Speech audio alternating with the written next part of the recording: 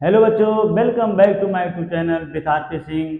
तो बच्चों, इसके पिछले वीडियो में हमने बात किया था गत के समीकरण का निगमन, लेकिन मेथड था जो वो था कलन विधि से, या यूं कहो कि कलन विधि से गत के समीकरण का निगमन क्या था। आशा करते हैं वो वीडियो आपको पसंद आया होगा, समझ में आया होगा। तो आज जो हम बात करेंगे उसी से रिलेटेड है, लेकिन उसके पहले हम एक छोटा सा कॉन्सेप्ट जो बहुत ही इंटरेस्टिंग है उसके बारे में चर्चा करेंगे। हम आशा करते हैं कि वो टॉपिक आपको अच्छे समझ में आएगा। ध्यान से देखिए और अच्छे से समझिए। जो इसी टॉपिक से है, यानी गत से रिलेटेड ही है, या यूं कहो कि हम इसी कॉन्सेप्ट की मदद से मोशन, या यूं कहो कि इसी कॉन्सेप्ट की मदद से हम फिर गत का समीकरण लिखेंगे। लेकिन उसके पहले हम थोड़ा सा चर्चा करेंगे। जो हमने बताया था कि आज हम जो समझेंगे वो गुरुत्वीय त्वरण में परिवर्तन को अच्छे से समझेंगे। गुरुत्वीय त्वरण के परिवर्तन को हम अच्छे से समझेंगे। उसके बाद हम इसी आधार पे गत के समीकरण को फिर लिखेंगे, लेकिन वो जो गत का समीकरण होगा मोशन अंडर ग्रेविटी होगा। जरूरी है जो आज हम बात करेंगे वो है गुरुत्वीय त्वरण में परिवर्तन। तो गुरुत्वीय त्वरण में परिवर्तन, इस चीज को हम समझेंगे। तो हेडिंग बनाइए, यानी गुरुत्वीय त्वरण, त्वरण यानी स्मॉल जी में परिवर्तन, इस हिसाब से समझेंगे और इसी के आधार पे हम गत का समीकरण लिखेंगे। तो एक छोटे से कॉन्सेप्ट से, या यूं कहो एक छोटे से मैजिक ट्रिक से हम हर सिचुएशन में समझेंगे कि गुरुत्वीय त्वरण का मान बढ़ रहा होगा या गुरुत्वीय त्वरण का मान घट रहा होगा। तो ये गुरुत्वीय त्वरण का मान घटने या बढ़ने से पहले हमको ये समझ में आना चाहिए कि गुरुत्वीय त्वरण है क्या, यानी गुरुत्वीय त्वरण है क्या। तो जैसा इसके पहले हमने पढ़ा कि एक, या यूं कहो जब भी कोई मूवमेंट पार्टिकल 1D मोशन करती है तो उसके रिस्पेक्ट में हमने गत का समीकरण लिखा था।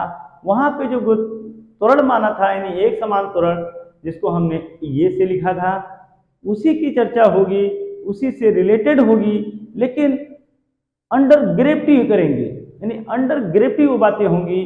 तो जैसा कि आप जानते हैं कि जब कोई बस किसी ऊंचाई से छोड़ा जाता है, या किसी ऊंचाई से छोड़ा जाता है, तो उस दौरान जैसे जैसे बस पृथ्वी की तल की ओर मूवमेंट करता है उसका वेग बढ़ रहा होता है, या यूं कहो कि उसका वेग बढ़ता रहता है, या यूं कहो बढ़ता जाता है।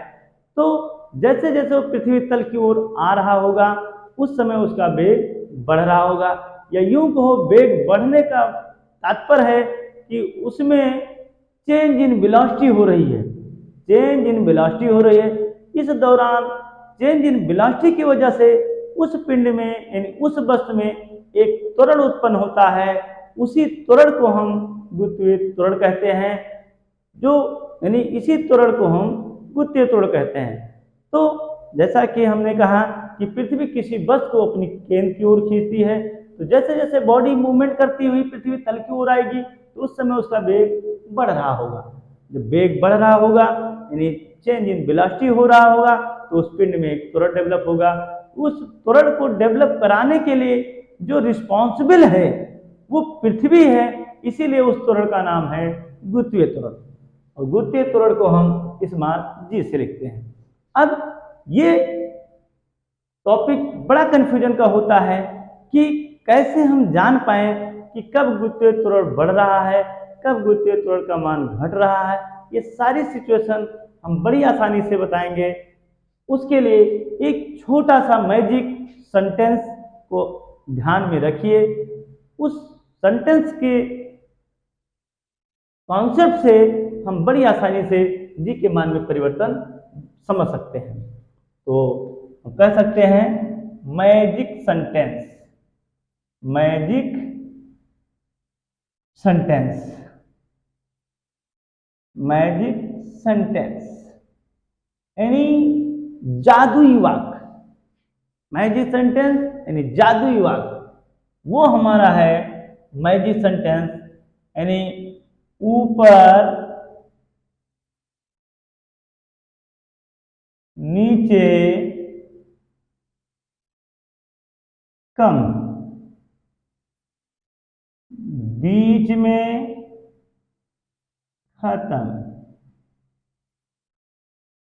ये बड़ा सुंदर सा सेंटेंस है जो गुत्ते त्वरण के हर सिचुएशन को बड़ी आसानी से समझा, यानी इसकी मदद से बड़ी आसानी से समझा जा सकता है। तो ये किसके लिए बात हो रही है, यानी पृथ्वी के अकॉर्डिंग बात होगी। तो मान लेते हैं कि यहीं पे हम मान लेते हैं कि ये पृथ्वी है।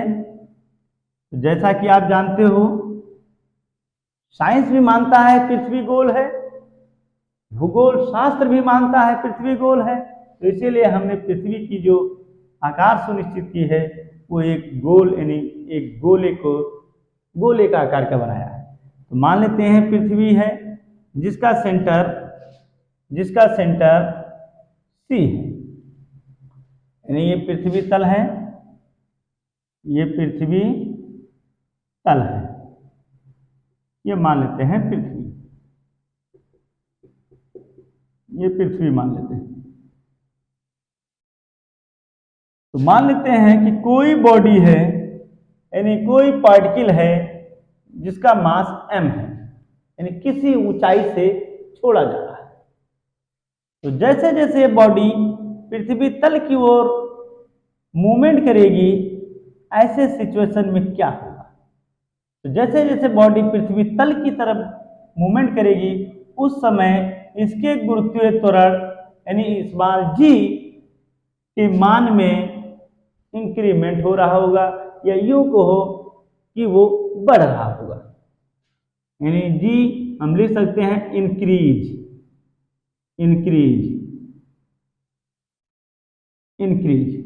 यानी ये बढ़ रहा होगा। और बढ़ते बढ़ते जब ये बॉडी पृथ्वी तल पर पहुंचेगी तो उस समय गुरुत्वीय त्वरण का मान मैक्सिमा होगा। मैक्सिमा मतलब महत्तम होगा, यानी कोई भी चीजें हैं, जब कोई चीज बढ़ रही होगी तो वो अपनी पीक वैल्यू को अवश्य प्राप्त करेगा। ऐसे सिचुएशन में हम मान रहे हैं कि जी की वैल्यू बढ़ते बढ़ते कहाँ पृथ्वी तल पर मैक्सिमा होगा। अब पृथ्वी तल के अंदर की बात करते हैं, यानी पृथ्वी तल के अंदर जाने पर क्या होगा? तो जैसे जैसे पृथ्वी तल के अंदर बॉडी मूवमेंट करेगी, ऐसे सिचुएशन में उसके गुरुत्वीय त्वरण पर क्या प्रभाव पड़ेगा? तो ऐसे सिचुएशन में जैसे जैसे पृथ्वी तल के अंदर बॉडी मूवमेंट करेगी तो उसका गुरुत्वीय त्वरण मिनिमा यानी घट रहा होगा, और जब वो बॉडी सेंटर पे पहुंचेगी तो उस समय गुरुत्वीय त्वरण का मान 0 होगा।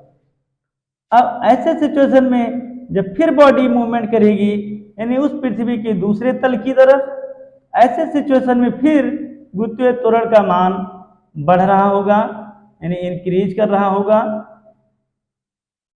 और बढ़ते बढ़ते जब पृथ्वी तल पे फिर पहुंचेगी तो उस समय जी की वैल्यू यानी फिर मैक्सिमा होगी, यानी गुरुत्वीय त्वरण का मान फिर बढ़ेगा। और ऐसे सिचुएशन में गुरुत्तल से जब फिर बॉडी बाहर की तरफ मूवमेंट करेगी, ऐसे सिचुएशन में गुरुत्वीय त्वरण का मान फिर घटेगा। ये इनके स्टेप्स हैं, ये इनके कॉन्सेप्ट हैं। अब इस कॉन्सेप्ट को कैसे ध्यान रखें, इस सिचुएशन को कैसे ध्यान रखें, इस सिचुएशन को ध्यान रखने के लिए एक मैजिक सेंटेंस है। ये आपको यदि याद है या ये आपको ध्यान है तो बड़ी आसानी से हर सिचुएशन में, हर पोजीशन में गुरुत्वीय त्वरण की पोजीशन बड़ी आसानी से बता सकते हैं कि कब गुरुत्वीय त्वरण बढ़ रहा है, कब गुरुत्वीय त्वरण घट रहा है। जैसा ये सेंटेंस जरूरी है कि समझ में आना चाहिए किस हिसाब से यहाँ हम वेरीफाई करेंगे। तो जैसा लिखा है, ऊपर नीचे कम बीच में खत्म। ऐसे सिचुएशन में जरूरी है कि उसका फ्रेम ऑफ रेफरेंस कहाँ माना जाए, यानी जहां से ऊपर नीचे की बात किया जा सके। तो ध्यान रखिए, इस सेंटेंस के लिए फ्रेम ऑफ रेफरेंस पृथ्वी का तल ही माना गया है, यानी पृथ्वी तल से ही सारी बातें करेंगे, यानी पृथ्वी तल से ऊपर बात, पृथ्वी तल से नीचे, यानी फ्रेम ऑफ रेफरेंस के रूप में पृथ्वी का तल ही माना गया है। अब बड़ी आसानी से समझिए, यानी ऊपर नीचे कम बीच में खत्म। सीधी सी बात है, जब पृथ्वी तल से कोई वस्तु ऊपर की तरफ जा रही होगी तो उस समय जी की वैल्यू कम यानी घटेगी, और फिर पृथ्वी तल से नीचे जाने पर फिर गुरुत्वीय त्वरण स्मॉल जी का मान घटेगा, फिर का बीच में खत्म, यानी पृथ्वी का बीच, यानी पृथ्वी का सेंटर पॉइंट, या यूं कहो कि पृथ्वी के केंद्र पर गुरुत्वीय त्वरण का मान 0 होता है। ये रहा इसका कॉन्सेप्ट। तो हमेशा ध्यान रखिएगा, इसको अच्छे से समझिए, ऊपर नीचे कम बीच में खत्म, यानी पृथ्वी तल से ऊपर जाने पर, पृथ्वी तल से नीचे आने पर गुरुत्वीय त्वरण का मान कम होगा यानी घटेगा, और बीच में खत्म यानी पृथ्वी के सेंटर यानी पृथ्वी के केंद्र पर गुरुत्वीय त्वरण का मान 0 होगा। तो इस हिसाब से ये इसके कॉन्सेप्ट हैं जो बड़ी आसानी से हर सिचुएशन में बताया जा सकता है। नो कन्फ्यूजन पॉइंट, हर सिचुएशन में हम समझ सकते हैं कि त्वरण का मान घट रहा है या बढ़ रहा है, चाहे पृथ्वी तल से ऊपर हो चाहे पृथ्वी तल से नीचे हो, दोनों सिचुएशन में हमने बात किया। अब इसका हम यूज कहाँ करेंगे, किस हिसाब से करेंगे, तो बड़ी ध्यान से देखो। इसका यूज हम गुरुत्वीय त्वरण यानी जी को हम कहाँ यूज करेंगे, तो मोशन अंडर ग्रेविटी, यानी गुरुत्वाधीन के अंतर्गत जब भी कोई बॉडी या पार्टिकल मूवमेंट करेगा और वो 1D मोशन में जब मूवमेंट करेगा तो ऐसे सिचुएशन में हम गति के समीकरण मोशन अंडर ग्रेविटी बड़ी आसानी से यूज करेंगे। तो जरूरी क्या है कि हम पहले मोशन अंडर ग्रेविटी यानी गुरुत्वाधीन के अंतर्गत गति के समीकरण को हम लिखें और समझें सारे सिचुएशन में कैसे होगा।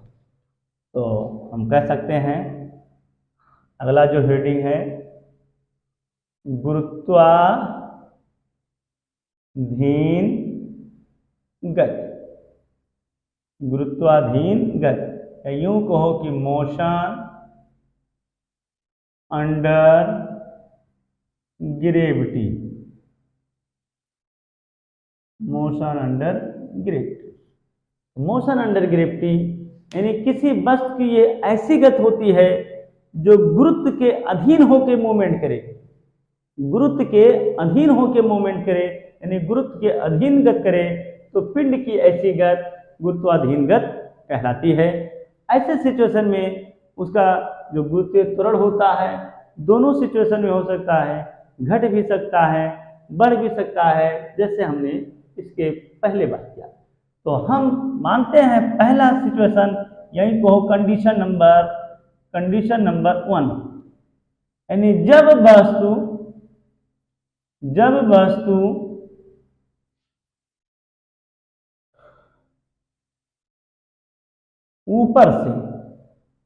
ऊपर से नीचे की दिशा में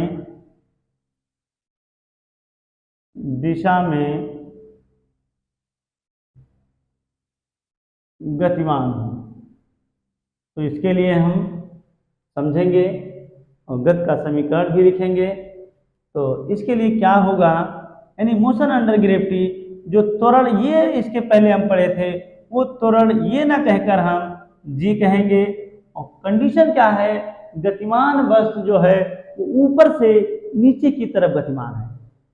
तो इसका मतलब जब कोई पार्टिकल किसी ऊंचाई से पृथ्वी के ओर मूवमेंट कर रही होगी, ऐसे सिचुएशन में उसका वेग बढ़ रहा होता है, और जब वेग बढ़ रहा हो तो उसका त्वरण भी बढ़ेगा। तो ऐसे सिचुएशन में ये हम क्या लिखेंगे, प्लस जी, और ऊंचाई यानी दूरी से तात्पर्य ही है, तो s को हम h लिखेंगे। तब इक्वेशन ऑफ मोशन क्या होगा, यानी देन इक्वेशन ऑफ मोशन कैसे लिखेंगे, इक्वेशन ऑफ मोशन तो जैसा पढ़े हैं आप इसके पहले, b बराबर u प्लस ए टी, तो सेम कंडीशन यानी b बराबर u plus g t, h बराबर u t plus half g t square और b square is equal to u square plus 2gh। तो ये गत के तीनों समीकरण को हम इस रूप में लिखेंगे, इसी रूप में समझेंगे। अब दूसरा कंडीशन मानते हैं, कंडीशन नंबर 2, यानी जब वस्तु यानी नीचे से, यहीं को धरातल से नीचे से ऊपर की दिशा में, ऊपर की दिशा में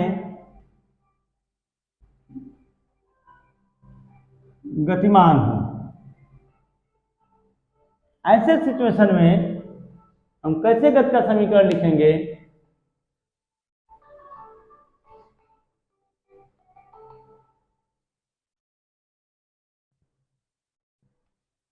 ऐसे सिचुएशन में हम किस प्रकार समीकरण लिखेंगे वो ध्यान से देखिए। तो जैसा कि आप जानते हैं, यानी जो गुरुत्वीय त्वरण होगा वो यानी माइनस जी के साथ, और जो एस होगा वो एच के रूप में ही लिखेंगे। तब गति का जो समीकरण होगा यानी बी बराबर u minus g t, h बराबर u t minus half g t square और v square is equal to u square minus 2gh। तो ये होंगे गति के समीकरण जो दोनों सिचुएशन में हमने बात किया। आशा करते हैं आपकी समझ में आया होगा, और यदि आप इसके साथ लेना चाहते हो तो ले सकते हो। और अब जो हमारा नेक्स्ट वीडियो होगा वो दूसरे कॉन्सेप्ट के साथ होगा। तब तक के लिए थैंक यू सो मच।